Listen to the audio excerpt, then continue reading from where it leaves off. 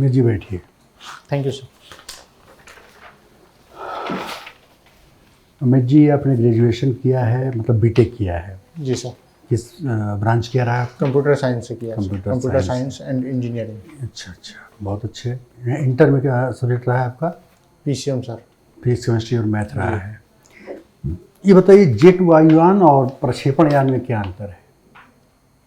Jet वायुयान और rocket? Jet वायुयान सर बेसिकली हम एक मंडल पे इनको ले जाते हैं, युद्धों में इनका प्रयोग किया जाता है सामान्यतः। अब टेक्नोलॉजी के मामले में, ईंधन के मामले में? सॉरी सर कौन? ठीक है, आप प्रक्षेपण यान का डेवलपमेंट दिखा दीजिए, बता दीजिए। जो प्रक्षेपण यान भारत के हैं उनके डेवलपमेंट को बता दीजिए, पहले से लेके अंतिम तक।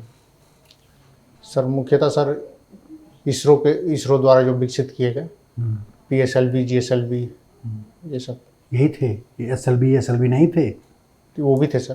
तो आपको क्रम से मैंने बोला था ना। जी सर। अच्छा, हम लोग अब एक टेक्नोलॉजी लेके चल रहे हैं, इन्वोसेल टेक्नोलॉजी। और भी कोई सर नाम है, सुना नहीं मैंने। नहीं, नई टेक्नोलॉजी है। आपने इन विट्रो फर्टिलाइजेशन पढ़ा होगा, जी। उसी का डेवलप फॉर्म इन विट्रो में मैचुरेशन आया, इसके बाद इन्वोसेल टेक्नोलॉजी आई हुई है। क्या है इन विट्रो फर्टिलाइजेशन? क्या है? जो सब भ्रूण को बाहर जैसे पहले क्या होता है कि भ्रूण बाहर बना लेते हैं, फिर इसको अंदर मादा में इंजेक्ट कर देते हैं। भ्रूण बाहर विकसित होता है? नहीं, अंदर ही विकसित होता है, बाहर उसका मिक्सअप होता है अंदर। क्लोनिंग में और IVF में क्या अंतर है? क्लोनिंग सर क्या होता है कि बेसिकली हम सेम उसके जो कोशिका होती है, उनकी ईयर होती है वो सेम जो बॉडी पेरेंट होती है उससे होती है। और IVF में क्या होता है कि हम नया करते हैं। क्लोनिंग में सर क्या होता है, फिंगरप्रिंट जैसे सेम ही होगा। हाँ? जैसे क्लोनिंग में जैसे जैसे इसका वैज्ञानिक जो बताते हैं, ये सब सेना में इनका बहुत ज़्यादा यूज करेंगे। तो इसमें क्या होता है कि आइडेंटिटी इंडिविजुअल की पहचानना मुश्किल होती है। तो क्या मानव क्लोनिंग वैध है? अभी तो सर मानव नैतिकता के आधार पर तो वैध नहीं है सर। अभी नैतिकता के आधार पर नहीं, बताइए, नियम कानून के आधार पर बताइए। सर अभी नियम कानून पर मानव का नहीं है, पशुओं का किया गया है क्लोनिंग। पशुओं का किया गया जी, है हरियाणा में। और अगर आपको ये क्या ऐसा लगता है कि क्लोनिंग को अगर अलाउ कर दिया जाए तो पुरुषों पे प्रश्न चिन्ह लग जाएगा? नहीं सर, ऐसा नहीं लगता। कोई भी तकनीकी आती है तो जो एग्जिस्टेंस है, जैसे AI का ही हम देख लें, तो ऐसा नहीं है कि हाँ कोई भी तकनीकी आती है तो चैलेंज लेके आती है, लेकिन प्रश्न चिन्ह तो नहीं लगेगा सर। क्यों नहीं लगेगा? जैसे मान लीजिए कि आपकी क्लोनिंग करनी है जी, तो आपकी क्लोनिंग बनाने के लिए एक महिला की ज़रूरत पड़ेगी, लेकिन एक महिला की क्लोनिंग बनाने के लिए पुरुष की ज़रूरत नहीं पड़ेगी। जी जी। तो सर केवल हम इससे पुनर्जनन से ही इसको संबद्ध करके ना देखें। अन्य भी केवल पुरुष और स्त्री का संबंध ऐसा नहीं है कि केवल जनन से तक ही सीमित है। सामाजिक जीवन में ये एक दूसरे के जुड़े हुए आयाम हैं, परस्पर जुड़े हुए हैं, तो इसको केवल उससे जोड़ के नहीं देखना चाहिए। अच्छा, आप शादी करना चाहेंगे नीला ड्रम वाली कहानी सुनने के बाद भी? अभी तो सर नीला ड्रम सर किसी केस हमारे भारत में जो सर शादियों का हम विकसित देशों से तुलना करते हैं, तो भारत में सर अभी डिवोर्स रेशियो और ये सब घटनाएं बहुत कम है।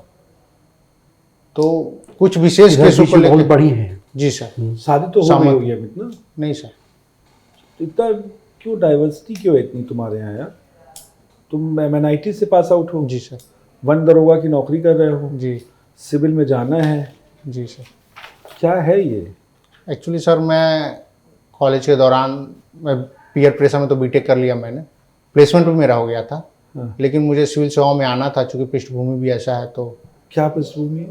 पृष्ठभूमि सर सिविल सेवाओं की तरफ ज़्यादा हमारे क्षेत्र में। आपके परिवार में कोई और भी है? नहीं सर, परिवार में नहीं है, इसलिए तो और ज़्यादा देख के कि इन सेवाओं में जाके लोगों के लिए और अच्छा कर सकते हैं। अब इंजीनियर बनने पे सर हम अच्छा देश के इकोनॉमी में योगदान देंगे, लेकिन हम केवल एक मतलब यार नहीं, मेरे को ये वो हो रहा है अमित कुमार शाह जी कि आप एक अच्छे इंस्टीट्यूशन से जी MNIT जी सर। है ना, जहाँ एडमिशन बड़ा कठिन होता होगा, जी सर। है ना। कितने लोगों का सिलेक्शन होता है? सर अभी तो रिसेंट आंकड़ा नहीं पता है, जब मैं दिया कब था तो दिया था? 13 लाख में लगभग 20-25 हज़ार का मैक्सिमम और एक आया। अच्छा खासा कैंपस सिलेक्शन में पैकेज मिलता है करोड़ों जी, का, जी। है ना। और आपने सब छोड़ छाड़ के वन दरोगा जैसी नौकरी ज्वाइन कर सर ली। मैं सिविल के तैयारी के तो दौरान आपने था। वन दरोगा का मतलब नौकरी ज्वाइन की है, जाते नहीं है? जाते हैं सर, तो कैसे करते प्रॉपर हो? सैलरी तो सर हमारी दैनिक दिनचर्या बना के मैं कह देते रहा हूँ जैसे वन दरोगा में क्या काम नहीं है क्या? बहुत आप काम है तैयारी सर। कर सकते हैं, क्या काम होता है वहाँ पे? हैं। मेन तो सर यही है कहाँ कि पोस्टिंग है आपकी? सोनभद्र में सोनभद्र तो और वनों का इलाका है, सेंसिटिव है सर बहुत ज़्यादा। है ना। तो कैसे दोनों काम कर पाए? तो सर वो मैनेज करके करते हैं सर। कैसे मैनेज करते हो?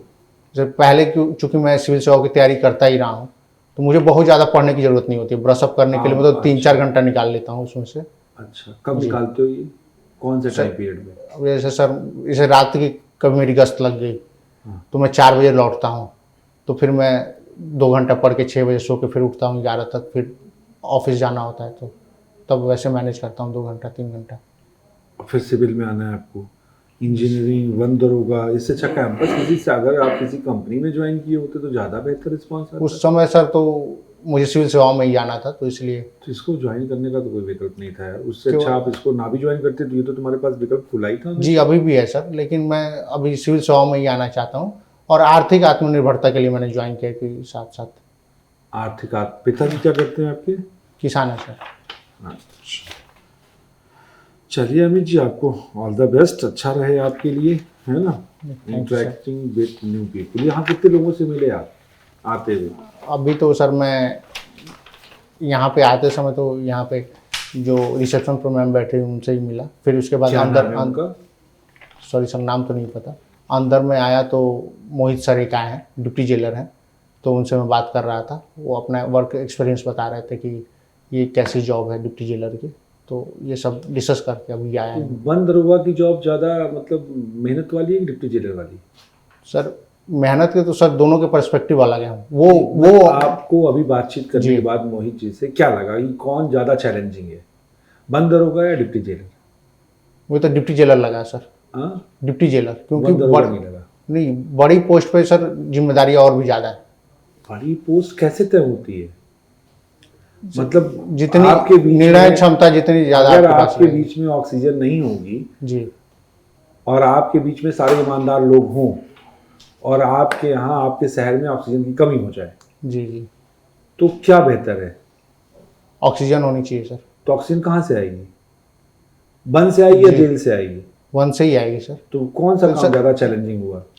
सर वैसे तो सर चैलेंजिंग ठीक है सर, नहीं, लेकिन आप जिस नज़रिए से कह जी। रहे हैं, आप मेरी बात पूरी सुन लें पहले जी कि मेरे हिसाब से तो वन दरोगा की नौकरी ज़्यादा चैलेंजिंग है, क्योंकि रात बिरात आपको गश्त करनी पड़ती है, आप वहाँ जंगली जानवरों का खतरा है ना, क्रिमिनल्स का खतरा है जो रात में कटौती करते हैं, जी। है ना। अभी कोई साउथ इंडिया की फिल्म आई थी पुष्पा, क्या पुष्पा, करके, जी, जी। है ना, वहाँ तो चंदन की लकड़ी की कटौती हो रही थी, और आपका सोनभद्र भी उससे कम नक्सलाइट नहीं है, जी। तो वो तो ज़्यादा चैलेंजिंग है यार। और आपको जेलर की नौकरी अच्छी लग रही है, कल नहीं, मैं आपको सीओ का आ जाएगा तो आपको लगेगा और ज़्यादा, चूंकि पब्लिक डोमेन का मामला है। फिर उसके बाद आप कहेंगे एसपी वाला ज़्यादा है, उसमें ज़्यादा, तो इसका तो कोई अंत ही नहीं है अमित जी।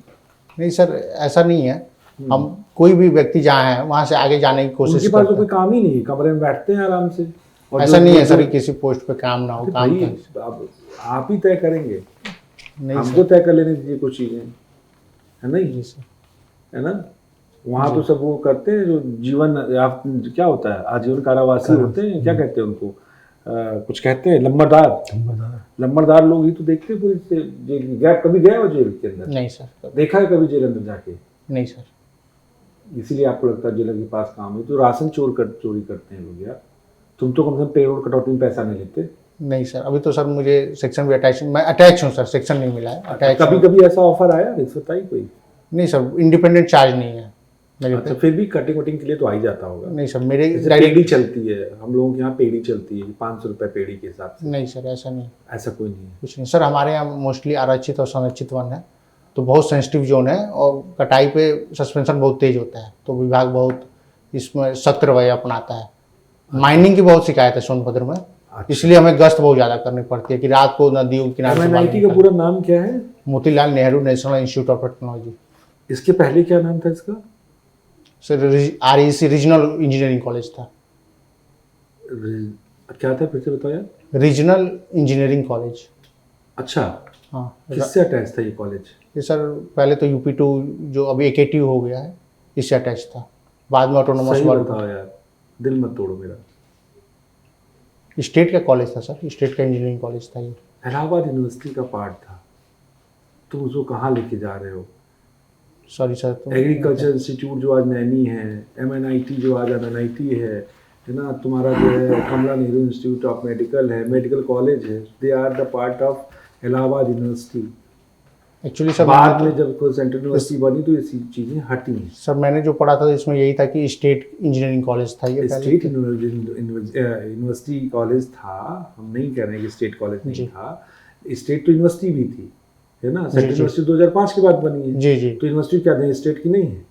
वैसे स्टेट का कॉलेज भी था, but they are all affiliated with Allahabad university ना, पार्ट था उसका ना। और MNIT से पढ़े हो तो ये जब हम पूछ रहे हैं इस सवाल को और इलाहाबाद शहर में पूछ रहे हैं, तो अभी स्टेट का तो होल्ड रहा नहीं, अब तो दोनों सेंट्रल में है जी, है ना। तो अभी सेंट्रल में है ना, जी, इलाहाबाद यूनिवर्सिटी दोनों। भी सेंट्रल में जी, वो भी है जी। ना। लेकिन कॉन्स्टिट्यूशन से ऐसे लिखेंगे कि अलग अलग हो गई चीज़ें ना। तो पहले इसी का पार्ट था, ठीक है, वहाँ डायरेक्टर होते थे, जी। ठीक है ना। अशोक पांडे जी के टाइम पे पढ़े हो? सर नहीं सर। फिर डायरेक्टर कौन था तुम्हारे टाइम पे? सॉरी सर, रिकॉल नहीं कर पा रहा हूँ, कोई दीक्षित करके थे सर, याद नहीं। दीक्षित जी थे। जी। अच्छा है, चलो ऑल द बेस्ट।